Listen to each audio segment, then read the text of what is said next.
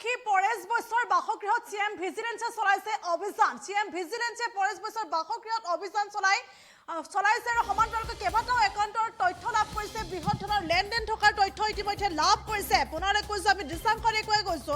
আৰু প্ৰিয় শিল্পীগৰাকীৰ দেহৰক্ষী আছিল পৰেশ বৈশ্য, আৰু পৰেশ বৈশ্যৰ বাসগৃহত এইদৰে চিএম ভিজিলেন্সে চলাইছে অভিযান।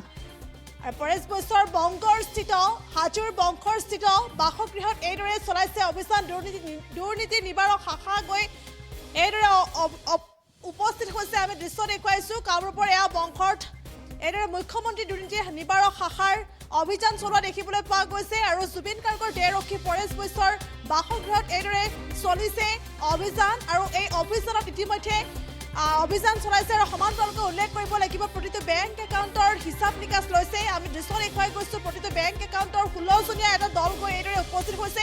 আৰু 16জনীয়া দলটোৱে পৰেশ বৈশ্যৰ প্ৰতিটো বেংক একাউণ্টৰ হিচাপ নিকাচ লৈছে বুলিও জানিব পৰা গৈছে।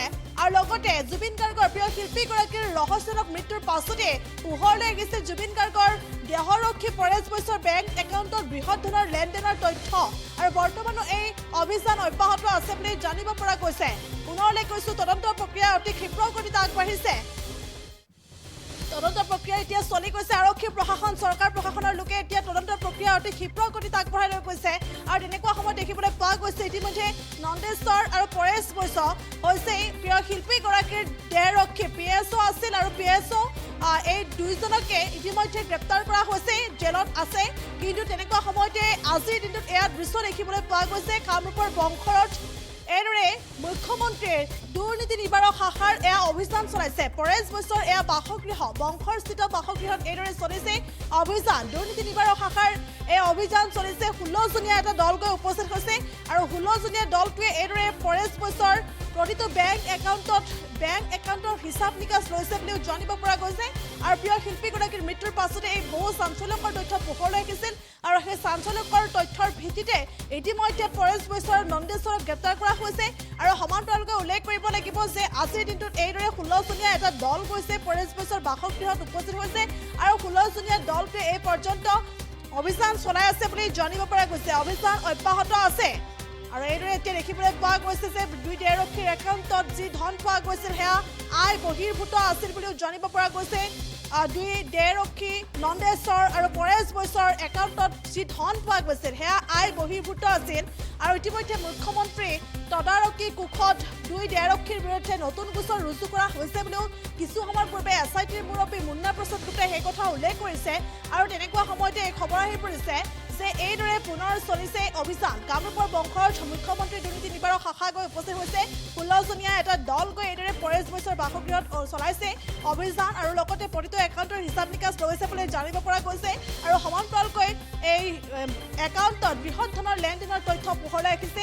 এই তথ্য লাভ কৰিছে এতিয়া দুৰ্নীতি নিবাৰক শাখাই। এই মুহূৰ্তত কিছু মন্তব্য আছে, এই মন্তব্য আগবঢ়াইছে। মই আজি পৰেশ বৈশ্য জুবিন গাৰ্গৰ লগত সন্নিৱিষ্ট হৈ পইচাৰ কিবা লেনদেনৰ খেলি মেলি দেখা পোৱা গৈছিল। তাত আজি চিএম ভিজিলেন্স আহিছে।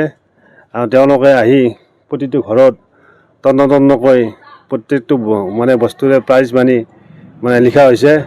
আৰু প্ৰতিটো হিচাপ নিকাচ তেওঁলোকৰ খতিয়ান লৈছে। আৰু ইয়াৰ পিছত তেওঁলোকে দেখা পাব কি হৈছে কি হোৱা নাই। কিমানজনীয়া দল আহিছে? প্ৰায় 16জনীয়া দল এটা আহিছে। আমাৰ শুৱালকুছি পুলিচ থানাৰ পৰাও 10জনমান আহিছে। কিমান সময়ত ঘৰ প্ৰৱেশ কৰিছে তেওঁলোকে 10মান বজাতে আহিছে। আহি কিনে তাৰপিছত মই আহিছোঁ, অলপ দেৰিকৈ আহিছোঁ। এতিয়া বৰ্তমান তদন্ত চলি আছে। কিমান সময় চলিব বুলি এওঁলোকৰ এই সম্পূৰ্ণ ডকুমেণ্টছ খতিয়ান নোলোৱা পৰ্যন্ত তেওঁলোকে